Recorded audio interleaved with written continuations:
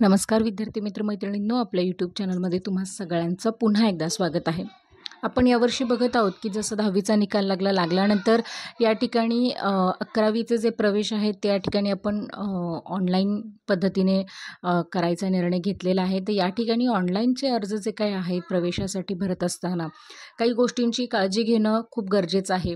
हा व्हिडिओ विद्यार्थी, पालक किंवा शिक्षक जर कोणी बघत असेल तर हा खूप माहितीपूर्ण व्हिडिओ होणार आहे. त्याच्यामुळे कृपया व्हिडिओ शेवटपर्यंत बघा. या ठिकाणी तुम्हाला काही संकेतस्थळं दिली जाणार आहेत. त्याच्यानंतर योग्य ठिकाणी वापरावे लागणारे जे काही कोड आहेत ते सुद्धा तुम्हाला या व्हिडिओमध्ये मिळून जाणार आहेत. त्यामुळे प्लीज व्हिडिओ जो काही आहे तो स्किप न करता, आणि मला असं वाटतं की तुम्हाला अशा प्रकारचा व्हिडिओ जो काही आहे तो यूट्यूबवरती मिळणारही नाही आहे. कारण या ठिकाणी खूप डीपली या ठिकाणी अर्ज भरत असताना माहिती जी काही किंवा ज्या काही अडचणी येणार आहेत त्या सगळ्या या ठिकाणी तुम्हाला समजणार आहे. त्यामुळे तुम्ही घरातूनही छान पद्धतीने अर्ज भरू शकता. त्यामुळे अगदी व्हिडिओ मोठा असला तरी टप्प्याटप्प्याने सगळ्या गोष्टी समजून घ्या. आता सर्वात आधी तुम्ही 11वीचं ऑनलाईन ॲडमिशन जेव्हा घेत असाल तेव्हा घेत असताना या ठिकाणी खालील संकेतस्थळांचा तुम्ही वापर करायचा. जसं की मुंबईसाठी, पुण्यासाठी, नागपूर, अमरावती, नाशिक आणि औरंगाबादसाठी हे जे काही विभाग दिलेले आहेत त्या विभागानुसार, म्हणजे तुम्ही कोणत्या विभागातून परीक्षा देणार आहात तर त्या विभागाच्या लॉग इनवरून तुम्हाला काय करायचं आहे, लॉग इन करायचं आहे. स्क्रीनवरती या ठिकाणी तुम्हाला दिसत आहे मुंबईसाठी, पुण्यासाठी, नागपूरसाठी, अमरावती आणि नाशिक, औरंगाबादसाठी. ठीक आहे. तर बहुतांश वेळेला कोल्हापूर जिल्ह्यातील विद्यार्थी जे काही आहेत ते पुणे विभागामध्ये येतात.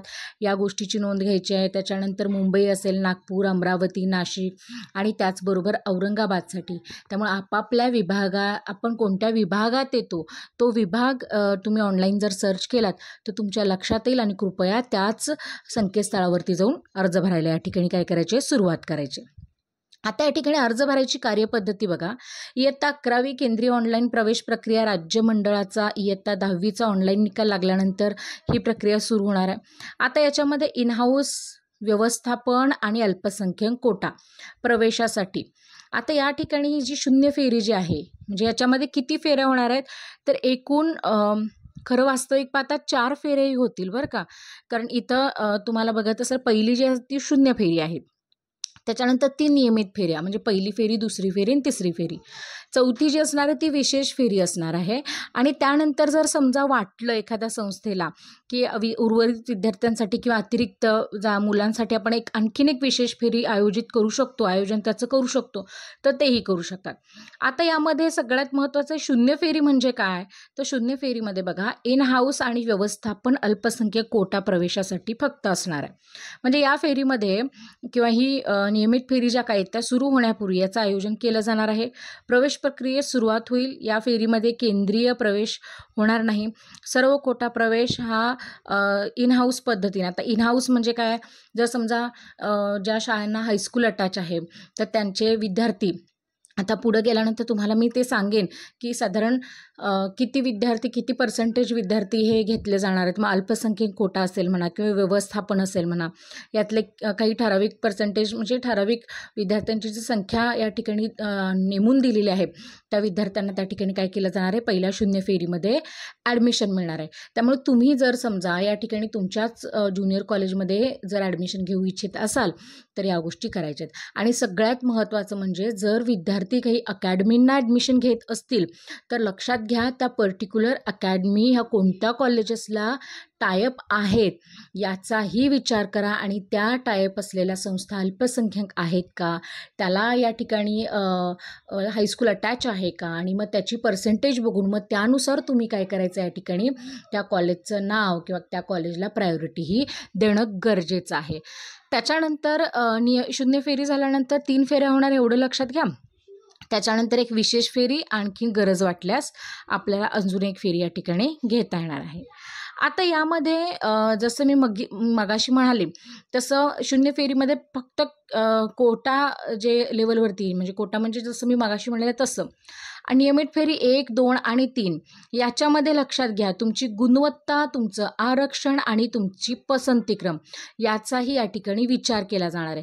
त्यामुळे तुमची गुणवत्ता किती, तुम्हाला किती टक्के मार्क्स मिळाले, तुमचं आरक्षण आहे का, तुम्ही कास्टमध्ये आहात का, आणि सगळ्यात महत्त्वाचं आहे बाळांनो, तुम्ही जरी कास्टमध्ये असाल तरी कास्ट व्हॅलिडिटी सर्टिफिकेट जे काय आहे ते, कास्ट सर्टिफिकेट, या सगळ्या गोष्टी म्हणजे हे जे सगळे डॉक्युमेंट्स आहेत ते त्या वेळेला त्या ठिकाणी डाउनलोड केलेले असले पाहिजेत. आणि त्याचं जेव्हा छाननी होणार आहे त्यावेळी मात्र व्हेरीफाय होताना या ठिकाणी ते खोटे नसावेत याची दक्षता घ्या आणि मगच तुम्ही.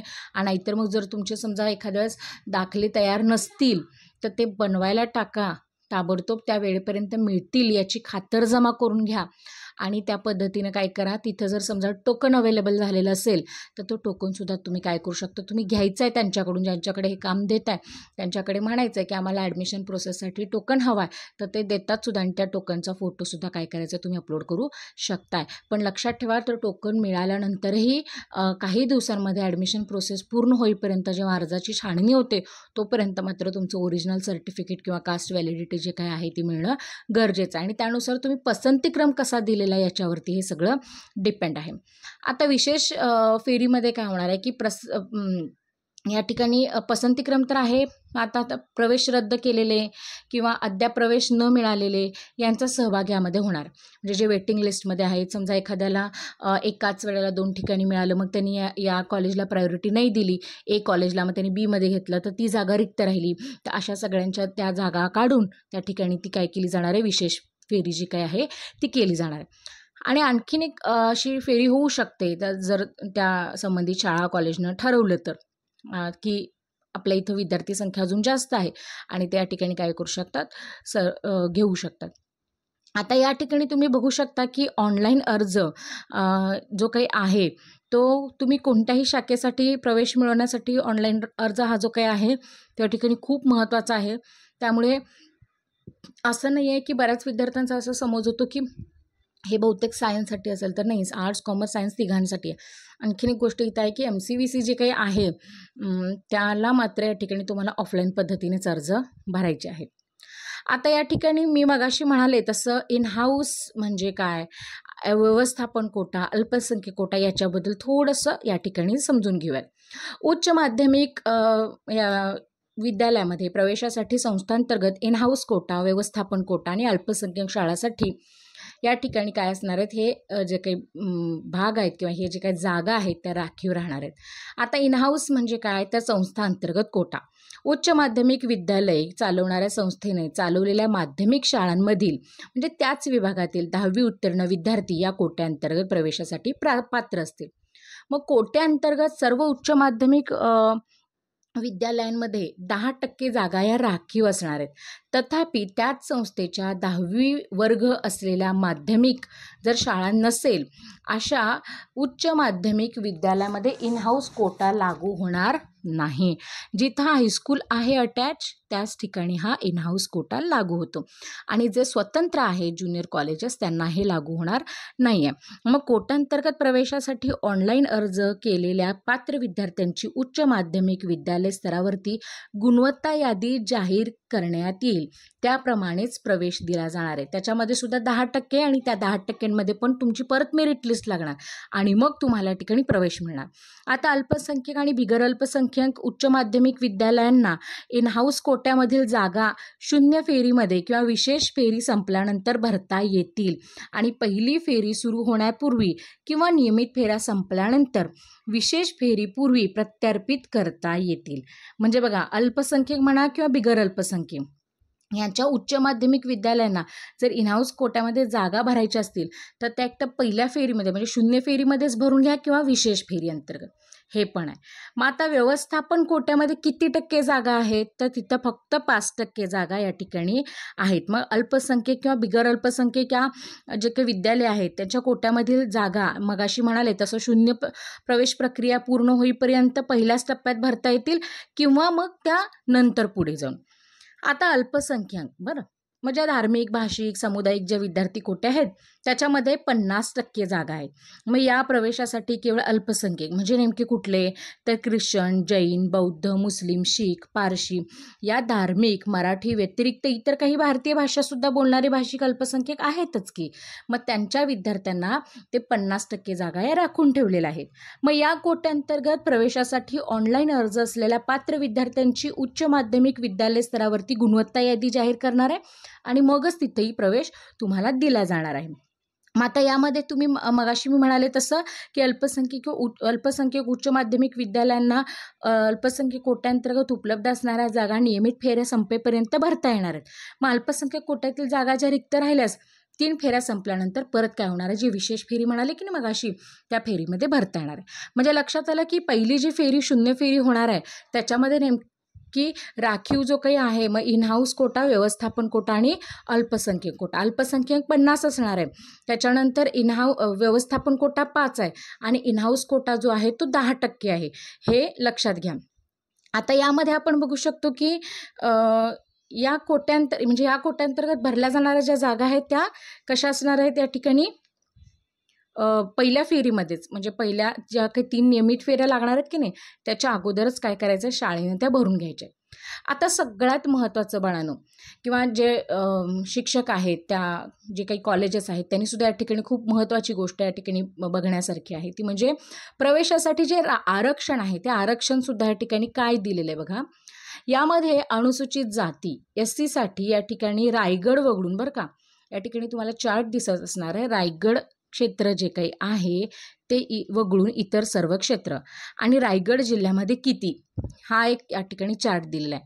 मग SC साठी किती आहे, 13% आहे आणि इकडे रायगड जिल्ह्यामध्ये 11 आहे. त्याच्यानंतर ST साठी 7% आहे आणि रायगड जिल्ह्यामध्ये 9 आहे. त्याच्यानंतर VJA याच्यासाठी 3% आहे दोन्हीकडे, म्हणजे रायगड जिल्हा वगळून सुद्धा आणि रायगड जिल्ह्यामध्ये पण. NTB साठी 2.5 दोन्हीकडं समान दिसते आपल्याला.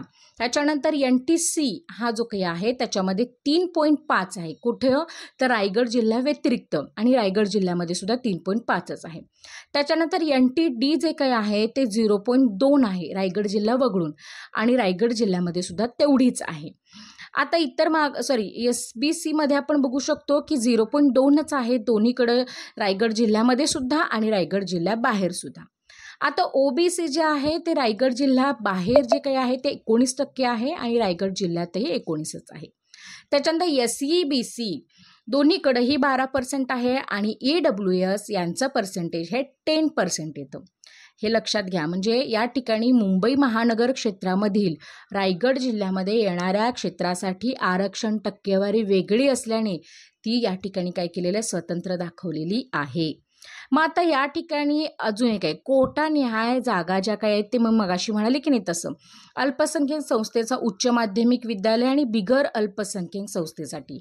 मग आता अल्पसंख्याक ज्या संस्था आहेत त्याच्यामध्ये इनहाऊस कोटा हा 10%चा आहे, बिगर अल्पसंख्याकमध्ये पण 10च येणार आहे, व्यवस्थापन कोटा 5 आणि बिगर अल्पसंख्याकमध्ये पण 5 आहे आणि अल्पसंख्याकमध्ये हा 50 आहे.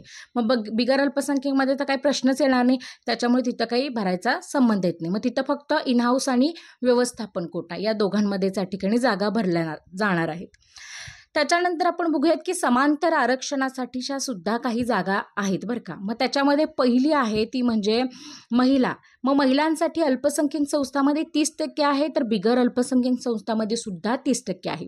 दिव्यांग, अपंग असतील तर त्यांना 4% आहे अल्पसंख्याकमध्ये आणि बिगर अल्पसंख्याकमध्येही 4च आहे.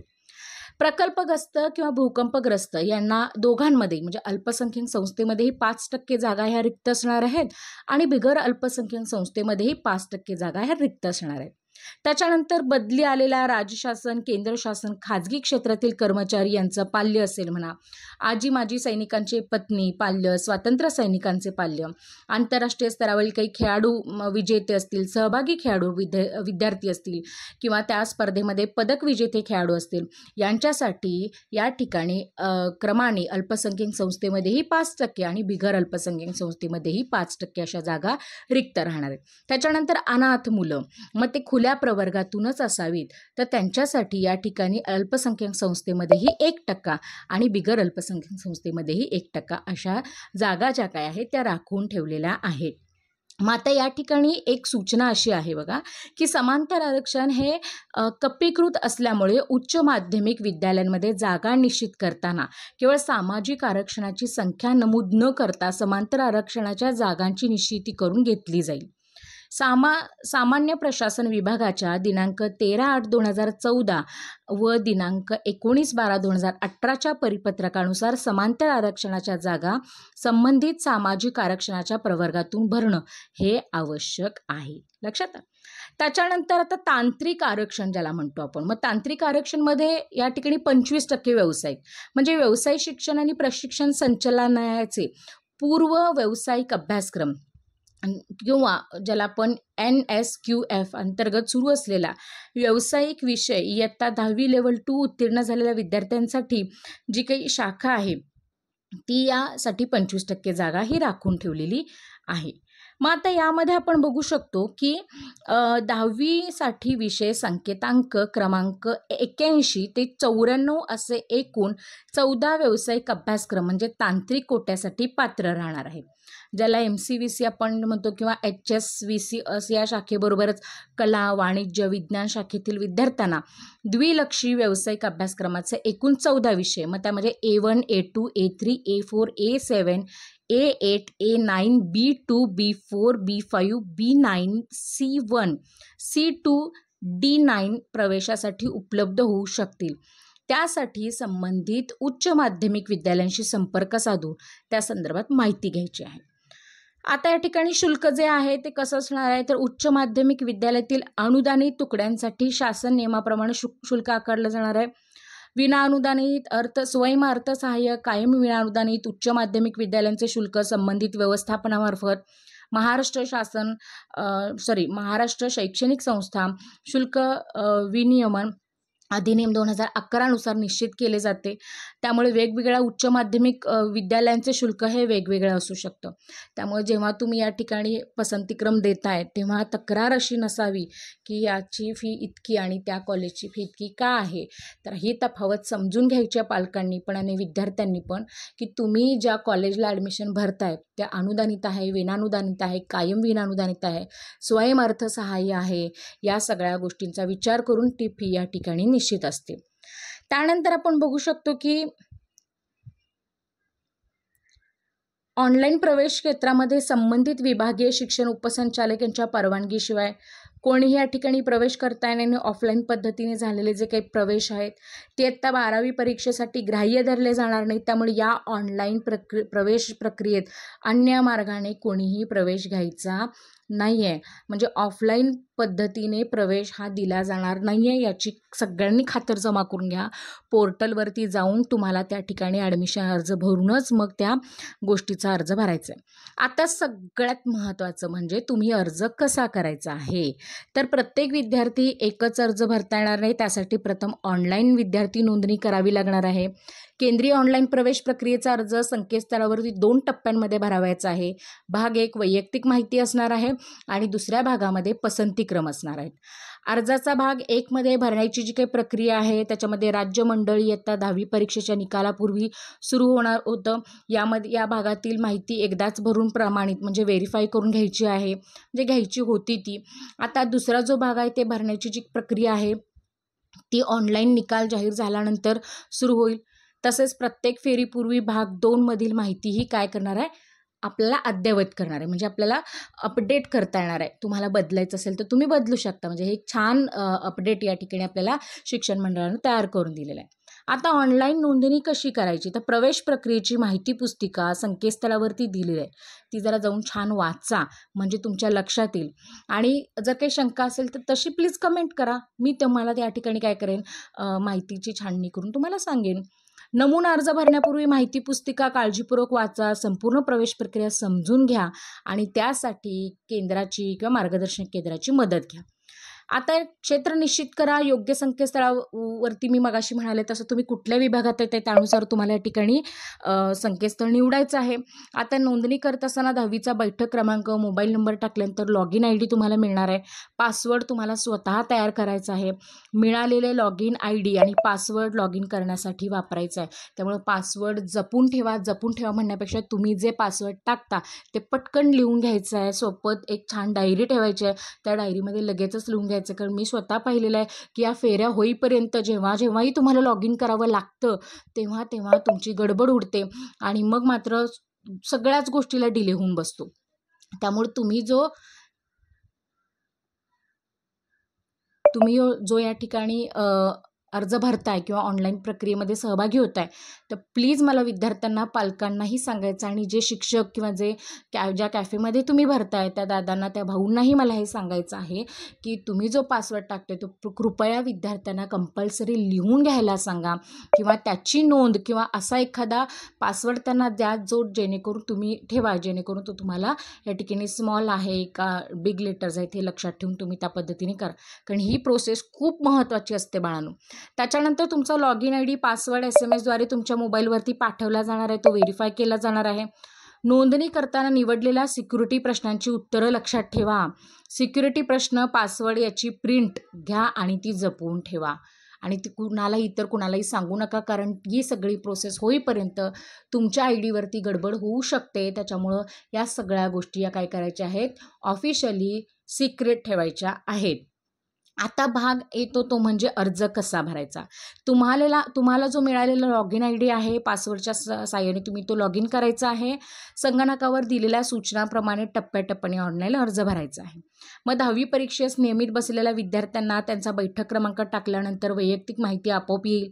ती तपासून घ्या. आपोआप येणाऱ्या वैयक्तिक माहितीमध्ये काही चूक असेल, त्यामध्ये जर शाळा किंवा मार्गदर्शन केंद्रातून आपण काय करू शकतो, ती चूक दुरुस्त करून घेऊ शकतो. त्यामुळे घाबरून जायचं नाही आहे की माझी ही माहिती वैयक्तिक माहितीमध्ये चुकलेली आहे, माझे कास्ट चुकलेले आहे, मार्क्स चुकलेले आहेत पॉईंटमध्ये, पत्ता बदलायचा आहे, जिल्हा, पिनकोड यापैकी काही बदल करायचा असेल तर तुम्ही तो चेंज करून घेऊ शकताय. फक्त तुम्ही आपणहून आपल्या स्तरावरती काही या ठिकाणी आगाऊपणा करायचा नाही आहे. ज्या विद्यार्थ्यांची माहिती संकेतस्थळावरती बैठक क्रमांक टाकल्यावर येणार नाही, त्यांनी तसेच अन्य मंडळाच्या विद्यार्थ्यांनी सर्व माहिती स्वतः भरायची आहे. लक्षात घ्या की तुम्ही जी काही माहिती भरताय ती स्वतःच्या जबाबदारीवर स्पेलिंग चुकलंय का, बरोबर आहे का, या सगळ्याची खातरजमा करून आणि शक्यतो 10वीचं जे काही मार्कलिस्ट आहे त्याच्यावरती जे नाव आलेलं आहे त्या नावानुसारच तुम्हाला ते काय करायचं आहे, भरायचं आहे. तुम्हाला तुमचा अर्ज घरूनच भरता येणार आहे. तसेच अर्ज भरण्याची सुविधा मोबाईल ॲपमध्ये सुद्धा उपलब्ध आहे. संपूर्ण अर्ज जो काही, मग त्यात भाग 1 जो आहे तो भरून झाल्यावर अर्जातील माहिती, मग त्याच्यामध्ये स्वतःचं नाव, आईचं नाव, जन्मतारीख, जात, प्रवर्ग, आरक्षण इत्यादी अचूक असल्याची खात्री करा आणि मगच शुल्क भरून अर्ज लॉक करा. आवश्यक कागदपत्र अपलोड करायचे आहेत. आता ती स्पष्ट वाचनीय असावीत. त्याचा आकार 1 MB पेक्षा सुद्धा जास्त नसावा. त्यामुळे तुम्ही जे फोटो काढलेले आहेत ते फोटो 1 MB पेक्षा कमीचे असे तयार करून घ्या आणि ते वाचता येण्यासारखे असावेत याची सुद्धा काळजी घ्या. आता हे सगळं खरं तर PC वरच होणार आहे. त्याच्यामुळं तुम्ही एखाद्या चांगल्या सायबर कॅफेमध्ये जाऊन हे भरू शकता आणि जर तुम्हाला तेवढा आत्मविश्वास असेल तर तुम्ही निश्चित घरीसुद्धा भरू शकता. अर्ज लॉक करण्यापूर्वी ती प्रमाणित करण्यासाठी नजीकच्या मार्गदर्शन केंद्र निवडा. जर तुमची इयत्ता 10वीची शाळा ऑनलाईन क्षेत्रामध्ये असेल तर तुमचा अर्ज प्रमाणित करण्यासाठी आपोआप तुमच्या शाळेकडे जाईल आणि त्या ठिकाणी अर्ज प्रमाणित म्हणजे व्हेरीफाय करून घ्या. अर्ज ऑटो व्हेरीफाईड झाल्यास तो पुन्हा वेगळ्याने प्रमाणित करून घेण्याची आवश्यकता नाही आहे. समजा ऑटो व्हेरीफाय जर होत असेल तर काही प्रश्नच नाही आहे, पण जर होत नसेल तर काळजी करू नका. तुमच्या जर शाळा ऑनलाईन क्षेत्रामध्ये येत असेल तर ते आपोआप त्या ठिकाणी होणार आहे. पण एकदा जाऊन शाळेमध्ये जाऊन परत एकदा चेक करायचं आहे की आपला अर्ज व्हेरीफाय झाला आहे किंवा नाही. आपला अर्ज प्रमाणित झाला नसल्यास मार्गदर्शक केंद्रास किंवा शाळेत दिलेल्या नंबरवरती फोन करून त्याबद्दल विचारणा करायची आहे. त्यासाठी कोणत्याही शाळा किंवा मार्गदर्शन क्षेत्रास समक्ष जाण्याची आवश्यकता नाही. आपण अपलोड केलेली प्रमाणपत्र तपासून आपला अर्ज ऑनलाईन प्रमाणित केला जाणार आहे. शक्यतो तशी अडचण अजिबात येत नाही, कारण तुम्ही टप्प्याटप्प्याने माहिती भरलेली असते की नाही, त्यामुळे काही प्रश्न येत नाही. हल्ली सगळ्या शाळा ह्या ऑनलाईन झालेल्या आहेत. आता अर्ज भाग 1 भरून झाल्यानंतर डॅशबोर्ड तपासायचा आहे, ते व्हेरीफाईड असणं आवश्यक आहे. जर विद्यार्थी फॉर्म प्रमाणित करून म्हणजे व्हेरीफाय करून घेणार नाहीत, त्याचा अर्ज अपूर्ण राहणार आहे. असे अर्ज प्रवेश प्रक्रियेसाठी विचारात घेतले जाणार नाहीत. तसेच त्यांना भाग 2 आणि पसंतीक्रमसुद्धा भरता येणार नाही. त्यामुळे जेव्हा तुम्ही पहिला फॉर्म भरताय, सगळी तुमची माहिती देताय की नाही, तेव्हा तो व्हेरीफाय व्हायला पाहिजे, तरच तुम्हाला पुढची प्रोसेस करता येणार आहे. प्रवेश अर्ज लॉक किंवा व्हेरीफाय केल्यानंतर ज्यांना भाग 1 मध्ये म्हणजे स्वतःची जी माहिती आहे की नाही त्यात दुरुस्ती करायची असेल, तर शाळेकडून किंवा मार्गदर्शक केंद्राकडूनच दुरुस्ती करता येणार आहे. आपल्या अर्जाची प्रिंट काढून ती स्वतःकडं ठेवायची आहे. कोणत्याही कामकाजासाठी शाळेत किंवा केंद्रात समक्ष जाणं टाळा, कारण फोनवरून संपर्क साधा आणि आपली समस्या काय करायचं आहे, सोडवायचं आहे. आता या ठिकाणी एक लक्षात घ्या की जे पेमेंट मोड आहेत, ते पेमेंट मोड हे internet banking, debit card, credit card किंवा वॉलेट, UPI पेमेंट हे जे काय आहेत या गोष्टीद्वारे, म्हणजे आता तुम्ही बघू शकता की कोविड-19च्या संसर्गजन्य रोगाच्या प्रादुर्भावामुळे उद्भवलेल्या असामान्य परिस्थितीमुळे प्रवेश प्रक्रिया शुल्क भरण्यासाठी, माहिती पुस्तिका घेण्यासाठी आपणास कुठेही जाण्याची आवश्यकता नाही, ते ऑनलाईन उपलब्ध होतात. संकेतस्थळावरती शुल्क जमा करण्यासाठी केंद्र सरकारने उपलब्ध करून दिलेल्या ऑनलाईन पेमेंटची सुविधा तुम्ही काय करू शकता, या ठिकाणी वापरू शकता आणि आपल्यास लागू होणारी प्रवेश प्रक्रिया शुल्क संकेतस्थळावर आपोआप दर्शवली जाणार आहे. त्यामुळे सदर शुल्क केवळ ऑनलाईन पद्धतीने भरायचं आहे, रोख रक्कम स्वीकारली जाणार नाही आहे. त्याच्यामुळे तुम्ही जेव्हाही भरताय तेव्हा ऑनलाईन पद्धतीने भरायचं आहे, एवढं लक्षात घ्यायचं आहे. आता भाग 2 जो आहे, आता पसंतीक्रम कसा निवडायचा, तर राज्य मंडळ 10वी परीक्षेचा निकाल जाहीर झाल्यानंतर अर्ज भाग 2 जो काही ते भरण्याची कारवाई सुरू होणार आहे, जी आता चालू झालेली आहे. मग वरीलप्रमाणे भाग 1 मधील माहिती प्रमाणित म्हणजे व्हेरीफाय केल्यानंतर प्रवेश अर्ज भाग 2 पसंतीक्रम विद्यार्थ्यांना भरता येणार आहे. आता भाग 2 झाल्यानंतर राज्य मंडळाच्या मार्च 2020च्या नियमित विद्यार्थ्यांचे इयत्ता 10वीचे सर्वोत्तम म्हणजे बेस्ट 5 आहे की नाही, तर ते मिळालेले गुण आणि शेकडा गुण आपोआपच या ठिकाणी येणार आहेत, म्हणजे दिसणार आहेत. ज्या विद्यार्थ्यांचे गुण आपोआप येणार नाहीत, त्यांनी इतर मंडळाच्या विद्यार्थ्यांनी त्यांचे इयत्ता 10वीचे गुण स्वतः मॅन्युअली अचूक नोंदवायचे आहेत. म्हणजे इथं ते दिसणारच आहे तुमचे बेस्ट 5चे आणि तुमचे शेकडा गुण जे काही एकूण मिळालेले आहेत ते, त्यामुळं दिसणार नाही असं होऊ शकत नाही. एकूण गुण भरून झाल्यानंतर प्रवेशासाठी एका शाखेची किंवा एका माध्यमाची निवड करायची आहे. त्यानंतर ती शाखा किंवा माध्यम असणाऱ्या उच्च माध्यमिक विद्यालयांची यादी, मग अनुदानित असो, विनानुदानित किंवा स्वयंअर्थसहाय्य विद्यार्थ्यास ती दर्शवली जाणार आहे. मग त्यानुसार आपण काय करायचा, पसंतीक्रम ठरवायचा आहे. मी परत या ठिकाणी गोष्ट सांगते तुम्हाला की बाळांनो, ही जी काही फी असते, आता ती फी या ठिकाणी तुम्हाला थोडीशी वेगवेगळी कुठं दिसणार आहे, अनुदानितची सगळीकडे सेम असणार आहे, पण विना अनुदानित स्वयंअर्थसहाय्य याच्यामध्ये थोडंसं या ठिकाणी तुम्हाला कमी जास्त फरक हा दिसणार आहे. त्यामुळे तो गोंधळ लक्षात घेणं आवश्यक आहे. प्रवेशासाठी आपल्या पसंतीचं किमान 1 आणि कमाल 10 अशा उच्च माध्यमिक विद्यालय आपल्याला निवडायचं आहे. त्याचा प्राधान्यक्रम निश्चित करून त्यानंतर अर्जाची प्रिंट घ्यायची, ती जपून ठेवायची आहे. प्रत्येक फेरीमध्ये प्रवेशासाठी विद्यार्थ्यांची निवड करताना विद्यार्थ्यांनी गुणवत्ता आरक्षण आणि विद्यार्थ्यांनी उच्च माध्यमिक विद्यालयाचा दिलेला पसंतीक्रम विचारात घेतला जाणार आहे. वेळापत्रक आणि प्रवेशाची कार्यपद्धती वेळोवेळी संकेतस्थळांवरती जाहीर करण्यात येईल. त्यासाठी संकेतस्थळावरती सतत भेट देत राहणं म्हणजे अपडेट राहणं हे फार आवश्यक आहे. प्रत्येक फेरीपूर्वी विद्यार्थ्यास पसंतीक्रम देण्याची अथवा ती बदलण्याची संधी दिली जाणार आहे. जर विद्यार्थी एका फेरीपूर्वी आपले पसंतीक्रम बदलले नाहीत, तर त्याचे मागील पसंतीक्रम हे गृहीत धरून पुढे जाणार आहेत आणि ही सुविधा फक्त 3 नियमित फेऱ्यांसाठी लागू असणार आहे. प्रत्येक विशेष फेरीपूर्वी विद्यार्थ्यांनी लॉग इन संमतीपत्र नोंदवणे अनिवार्य आहे, म्हणजे ऑनलाईन संमती नोंदवणं किंवा व्हेरीफाय करून घेणं. जे विद्यार्थी संमती नोंदवणार नाहीत त्याचा त्या विशेष फेरीसाठी विचार केला जाणार नाही बरं का. त्यामुळे विशेष फेरीसाठी सुद्धा तुमची या ठिकाणी संमती, तुम्ही त्याच्यासाठी तयार आहात का, हे यस किंवा नो अशा पद्धतीने तिथे विचारलं जाणार आहे. तर तुम्ही तिथं त्या पद्धतीने तुमचा रिस्पॉन्स त्या ठिकाणी देणं हे फार गरजेचं आहे. जर तुम्ही दिलं नाहीत तर तुम्हाला त्या ठिकाणी अर्ज भरता येणार नाही आहे. आता या ठिकाणी तुम्ही बघू शकता की पहिल्या 3 फेरी या ठिकाणी होणार आहेत. आता तुम्ही या चार्टद्वारे सुद्धा या ठिकाणी समजून घेऊ शकता की अर्जाचा भाग 1 अपलोड केल्यानंतर निकाल जाहीर लागेल. मग तो निकाल झाल्यानंतर या ठिकाणी दुसऱ्या टप्प्यामध्ये तुमचं 0 फेरी, नियमित 3 फेऱ्या होणार आहेत, विशेष फेऱ्या. तर नियमित 3 फेऱ्यांमध्ये तुम्हाला पहिला पसंतीक्रम मिळाल्यास मिळालेल्या उच्च माध्यमिक विद्यालयात प्रवेश घ्यायचा आहे. प्रवेश न घेतल्यास विशेष फेरीपर्यंत थांबावं लागणार आहे. समजा या ठिकाणी 2 ते 10 पैकी पसंतीक्रम मिळाल्यास मग मिळालेल्या उच्च माध्यमिक विद्यालयामध्ये प्रवेश घ्यायचा आहे आणि जर प्रवेश घेतला नाही तर नियमित फेरी मध्ये तुम्हाला काय मिळणार आहे, संधी मिळणार आहे. आता प्रवेशासाठी तिसरी जी काही फेरी आहे त्या तिसऱ्यामध्ये तुम्ही बघू शकता की उच्च माध्यमिक विद्यालय मिळाले नाही तर पुढील नियमित फेरीमध्ये आपल्याला संधी मिळणार आहे आणि घेतलेला प्रवेश रद्द केल्यास विशेष फेरीपर्यंत थांबावे लागणार आहे. त्यामुळे जेव्हाही आपल्याला या ठिकाणी आपला जो काही ॲडमिशन आहे तिथं जर मिळालं आणि जर ते आपण टाळलं किंवा जर तिथं गेलो नाही, आपल्याला नको असेल, तर त्या ठिकाणी विशेष फेरीपर्यंत किंवा नियमित फेरीपर्यंत आपल्याला वाट बघत बसावी लागणार आहे. याची सुद्धा विद्यार्थ्यांनी नोंद घ्यायची आहे. एटीकेटी विद्यार्थ्यांना विशेष फेरी 1 नंतर संधी दिली जाणार आहे, हे लक्षात घ्यायचं आहे. आता टक्केवारी जेवढी आहे ते बघा.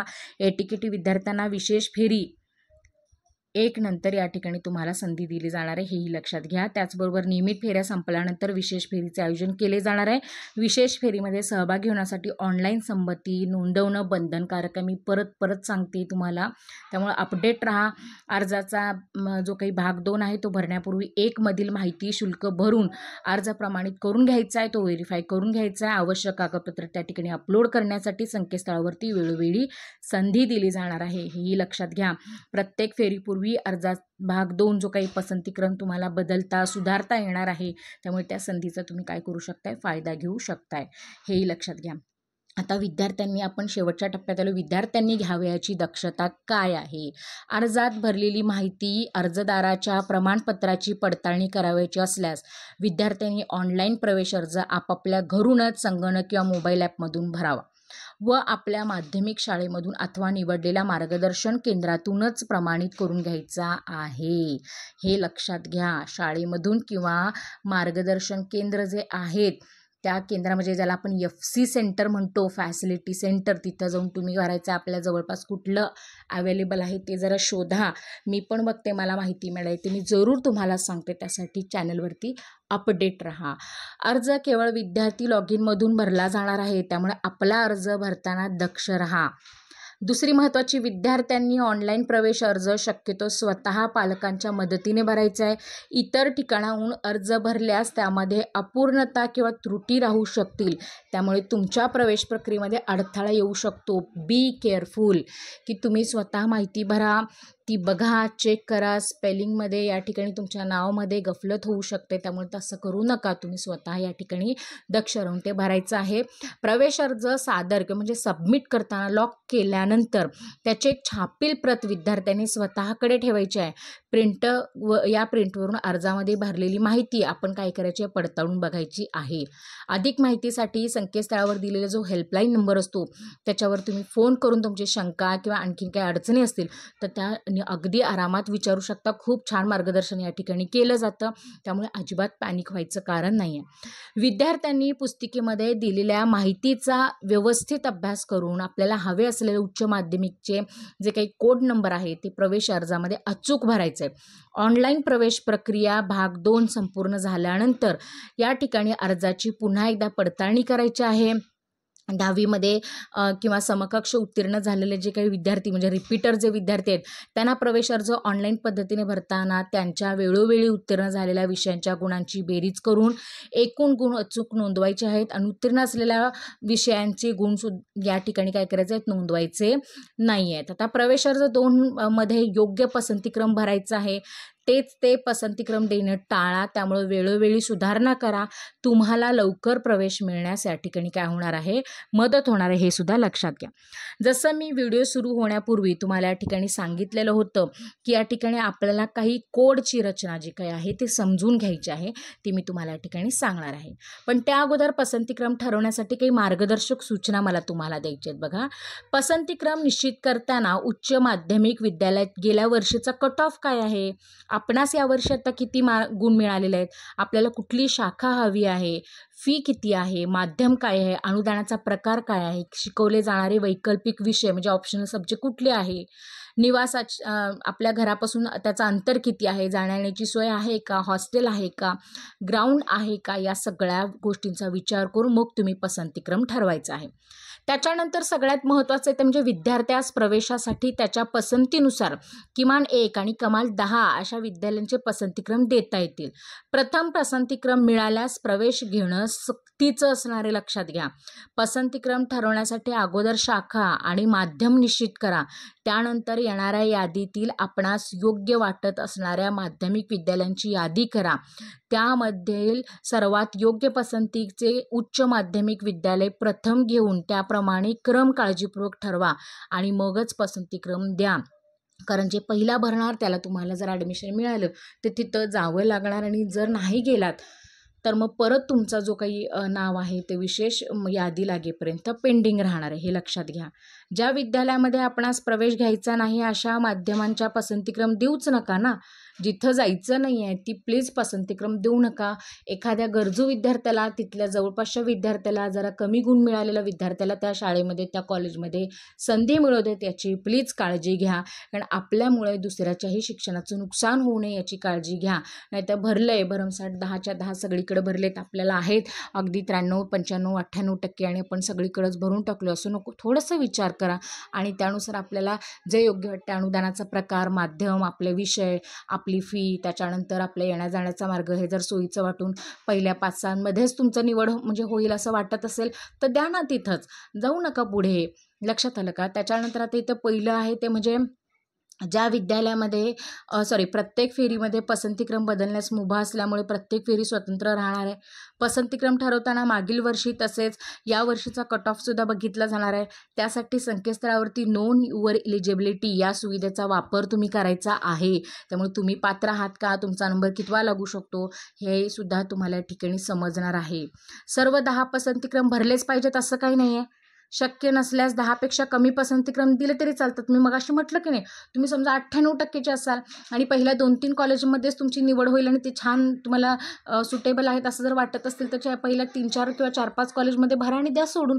तुमचं ॲडमिशन होऊन जाईल त्याच्यामध्ये. राहिलेले जे 5 आहेत ते इतर सर्वसामान्य किंवा बऱ्यापैकी एटीकेटी असणाऱ्या विद्यार्थ्यांना त्याचा लाभ घेऊ द्यात, मला एवढं म्हणायचं आहे.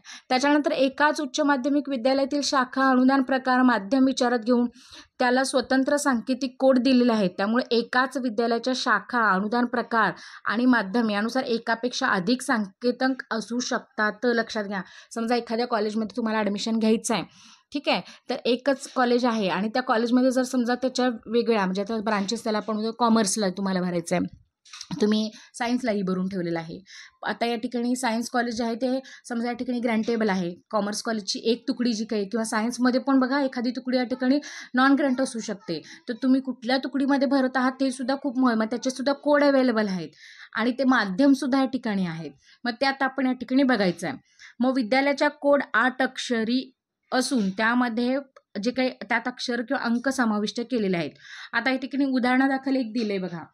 या ठिकाणी आपण पुण्याचे घेऊयात. आता विज्ञान अनुदानित इंग्रजी माध्यम या ठिकाणी PN 123 SGE असं दिलेलं आहे.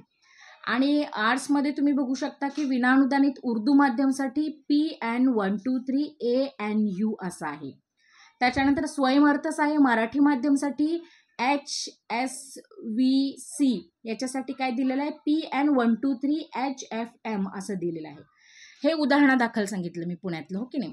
मग आता या ठिकाणी क्षेत्र पहिले 2 असतात की नाही बाळांनो, ते क्षेत्रासाठी असतात. पुणे असल्यामुळे तिथं PN दिलेलं आहे.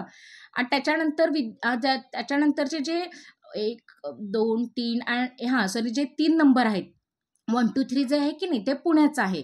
मग तसं आपण ज्या क्षेत्रात आहोत परिक्षेत्रामध्ये त्याचा एक नंबर आहे विशिष्ट, तो कोड त्या ठिकाणी त्या विद्यालयाचा असणार आहे. मग पुढचा जो काही असणार आहे H आहे, A आहे, S आहे. आता तुम्ही बघू शकता की S म्हणजे काय, सायन्स आहे. आर्ट्स असेल तर A असणार आहे, कॉमर्स असेल तर C असणार आहे आणि MCVC असेल तर त्याला H असणार आहे, हे लक्षात घ्या. त्याच्यानंतरचा जो कोड असणार आहे जे म्हणजे अल्फाबेट आहे की नाही ते अनुदानाचा प्रकार आहे. आता अनुदान जर प्रकार असेल तर त्या ठिकाणी कसं असणार आहे की अनुदानितसाठी G आहे ग्रँटेबल. त्याच्यानंतर एन जो आहे तो नॉन ग्रँटसाठी आहे आणि स्वयं अर्थसहाय्य त्याच्यासाठी एफ आहे. आणि लास्टचा जो रखाना आहे तो या ठिकाणी आपलं माध्यम दाखवतं. इंग्लिश मीडियम असेल तर ई असणार आहे, मराठी माध्यम असेल तर एम असणार आहे आणि उर्दू माध्यम असेल तर यू असणार आहे. त्यामुळे हे कोड जे काही आहेत ते लक्षात घ्या.